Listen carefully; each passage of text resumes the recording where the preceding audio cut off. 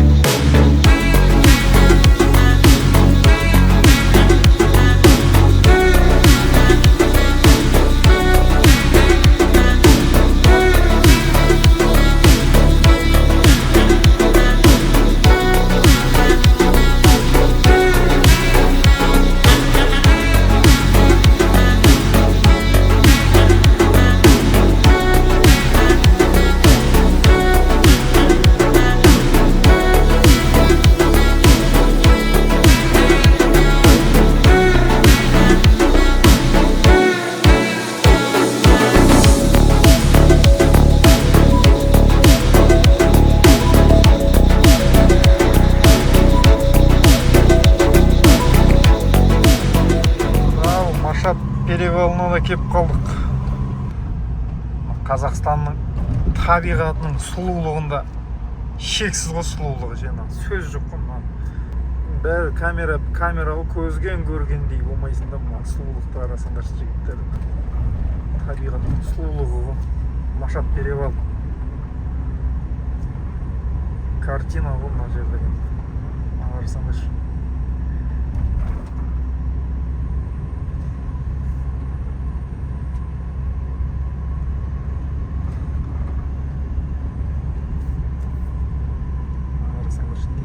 Сұлулық бұның. Көзің тоймайды ғой, көзің тоймайды.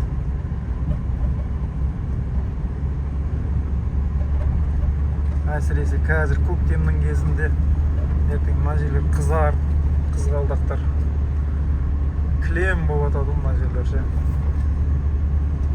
Қандай әдемі.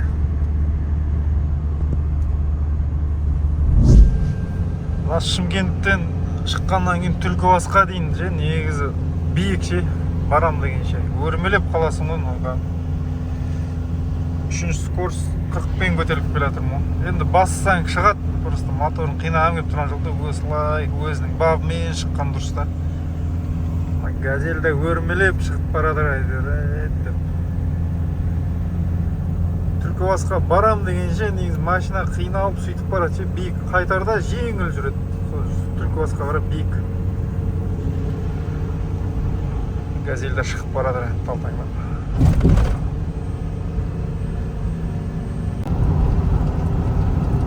Түлкібас пен Шымкенттің арасы мынандай жол бар да. Осындай жаман жерлер, фуралар отырғызыпсаң ғой напаласаң. Секіріп отырасың же, вообще секіріп отырасың. Напаласамен жүрейін десең жүре алмайсың, легковойлар. Андағаш қалай секіреді. Амал жоқ, былайынан жүресің ғой, мына шетпен жүресің ғой. Мен вообще жүру мүмкін емес, секіріп отырасың. Жамбыл облысы мынада кіріп келдік территориясына. Мынау 10 жыл салынған туннель ғой. 10 жыл салынған туннель. Ұзындығы 800 метр. Бір 2-3 жыл болды ашылғанына. Шетелдегідей болып тұрмашы. Алдын ана оң жақта Шақпақ баба деген ауылдың ішімен жүретінік. 40 деген знак бар, мектеп бар. Жарты сағат уақытың кетеді. Жарты сағат 40 минут. Мынамен тіке трассадан шығып кетесің.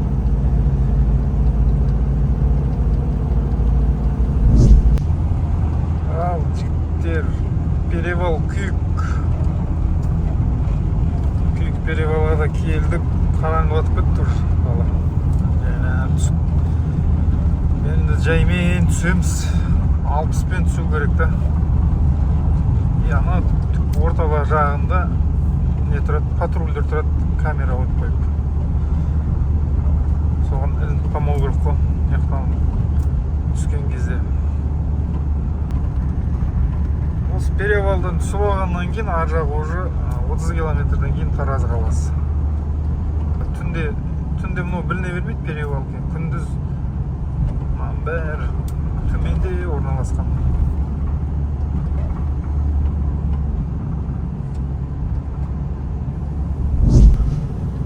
Айша Бибіге келдік. Таразға кеп қалдық, жақын қалдық. 20 километр ой деймін.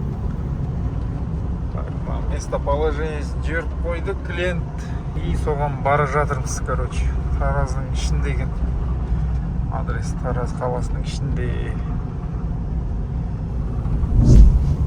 Тараз қаласына да кіріп келдік міне. Қаланың ішіне кіріп бара жатырмыз қазір. Местоположение жіберіп қойды. Негіз тағы груз алам ба деген бұл. Мен есіктерге пломба салып жіберді, оны мыс болғаннан кейін 1,5 тоннадай мыс. Соны алады деп ойлады ау деймін шетінен. Дұрыс қой олардікі де. Сонымен амал жоқ, келе жатырмыз енді. Обратно жоқ, уже Тараздан Шымкентке груз жоқ. Редко и то алып үлгерсең. Адреске де келдік. Мына жерде тұр. Қай жерде екен ол? Прием целлофанов, картонов дейді.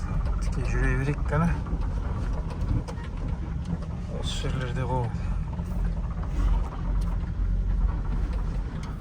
Мынау машина тұрған жерім екен.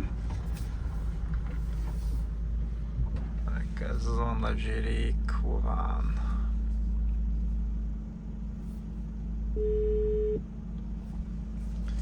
Дейді екен бұл, қай жерде екен. Алло, бауырым, келіп тұрмын мен. Жоқ, қазір тұрмын. Болды қазір 5 минут дейді, жарты сағатта. Короче, келдік қазір, ананы түсіреміз, басқасын артып жүру керек. И обратно Чымкент.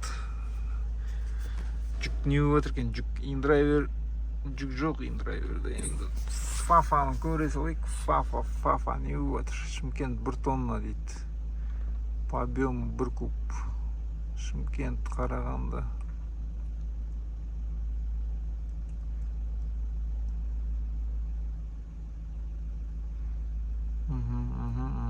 Жүк жоқ.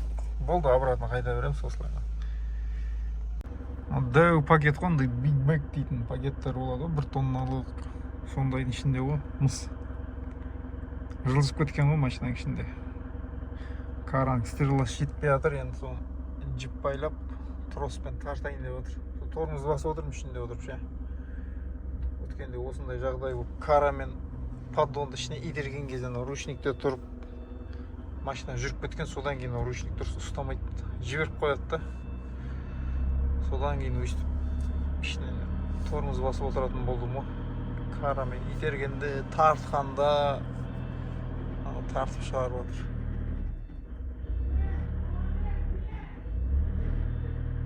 Машина қозғалып отыр. Болды дейме?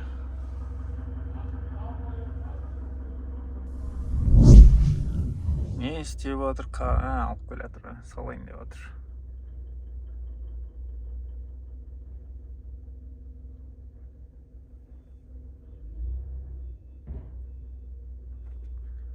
Таразға өлшеді, точник неше килограмм.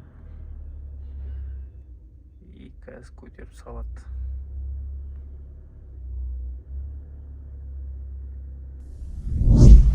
Ал обратно жолға шықтық, құдай қаласа. Сағат 10 болды. Бензин пока нормально, жарты бактан төмен түсті. Енді Чимкенттің территориясына барып заправиться етеміз. Өйткені бұл жерде сәл қымбаттау да. Ой, бензин құйып алмасам болмайды қазір. Алдымызда күйік бар. Күйікке шыққан кезде бензинді мынау ішеді. Сол үшін заправить етіп алайын деп. Одан бұрын өзімнің қарным ашып кетті.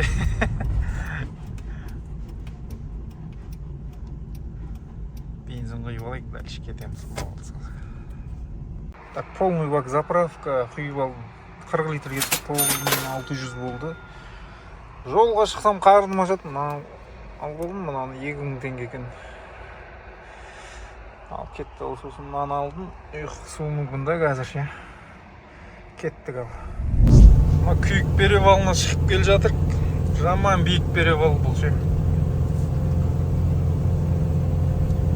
Үшінші скоростқа салам да, міне осылайынан 40-пен шығам, постоянно осылайынан. Машинаны қинамайым, бастан қазір шығады. 4-ке салып, қайттан 3-ке, лучше осылайынан 3-ке салып қоям да. Моторды қинамай машинаны ше, осылайынан шығам постоянно. Көбісі сұрайды да осыны. Подиумда қалай болады екен деп. Подиумда мен өзім лично осылайынан шығам. 3-ке салам да 40-пен. Асықпай, қайда асығасын. Қазір кел жатырмыз перевалға шығып, күйік перевалына.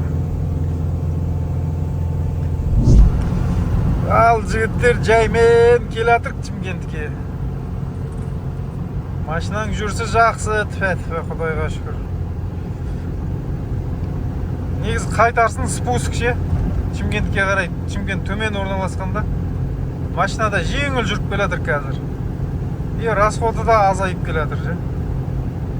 Енді алдыда Сазтөбенің перевалы бар, подиумы. Соған бір өрмелесек, Машаттың перевалына бір өрмелесек, Чимкентке кіріп барамыз ол, құдай қаласа қазір. Сазтөбенің перевалы бұны. Перевалға шықпай тұрып төмен түсеміз да, сол жерде скорость жинап алам. Төмен түсіп жатқан кезде сен 100-ден асырып отырып қазір. Төбесіне шығам дегенше тастайды, ол 40-қа дейін тастап жібереді қазір. Кетті және. Тастап атыр уже.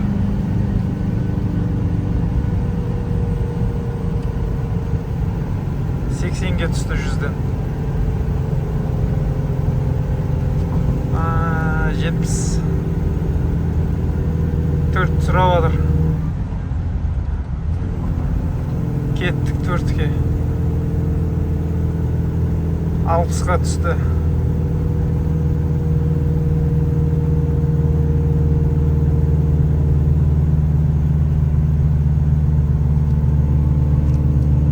Артта фура келатыр тақап. КамАЗдан өттік.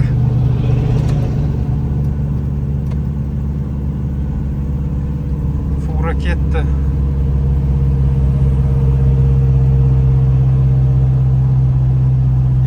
Түсті. 3 сұрап атыр.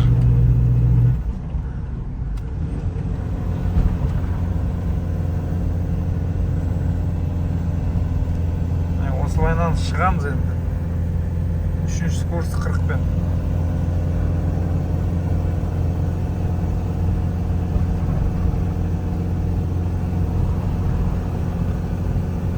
Енді алдыда Машат бар. Машатқа бір шықсақ болды сонымен. Чимкентке кіріп барамыз. Машаттың перевалына келдік. Төбеге шығамыз қазір. Скорость 90-мен келатыр. Артта кобальт қабаттасып келатыр. Я өтпейді, я қалмайды. Қалды. Осы скоростьпен шығамыз енді.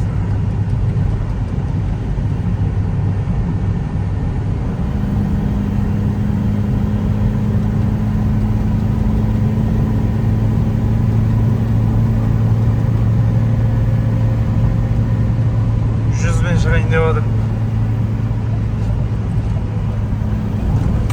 Оп. Опа, секірдік.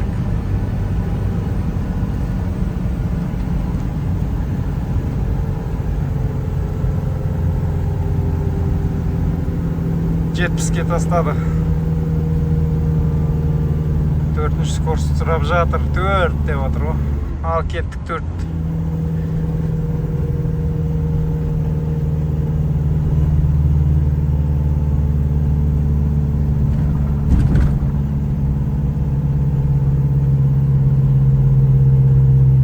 Қайда 3 деп отыр ғой. 3.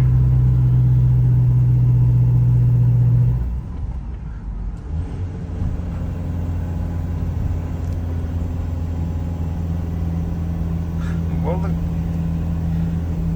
Как обычно сол 40-пен шығамыз, 3-ші скорость 40-пен. Асықпай, жорғалап.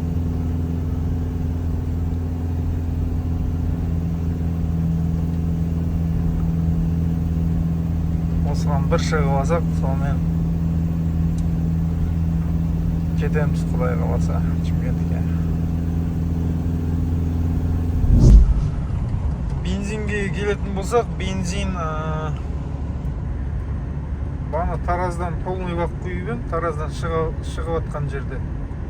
Қазір міне бір палтышқа түсіп тұр, полныйдан бір палтышқа түсті. Ал жүрілген километр 133 километр жүріппіз.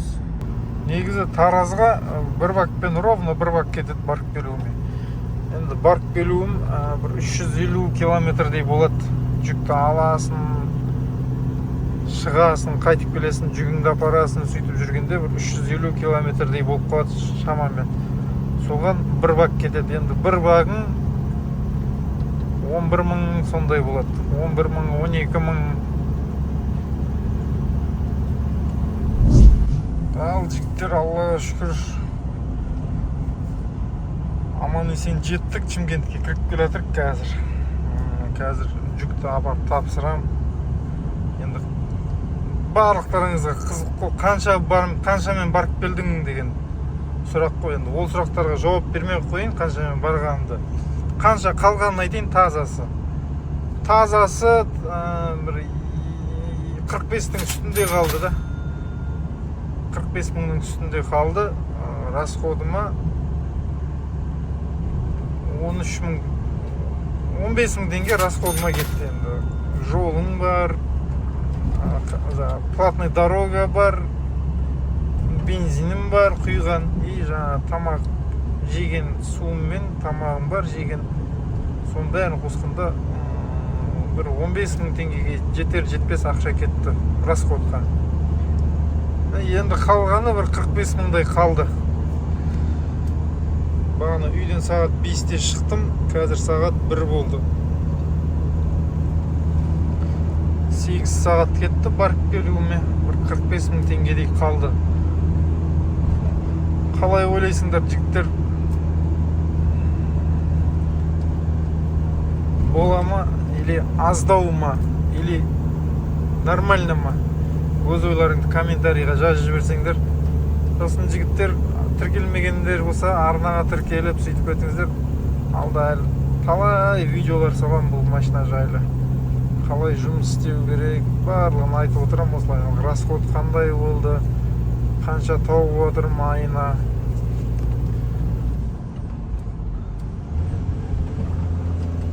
Сосын мынау мен астына белгілеп кетем, қазір мынау менің TikTok парақшам.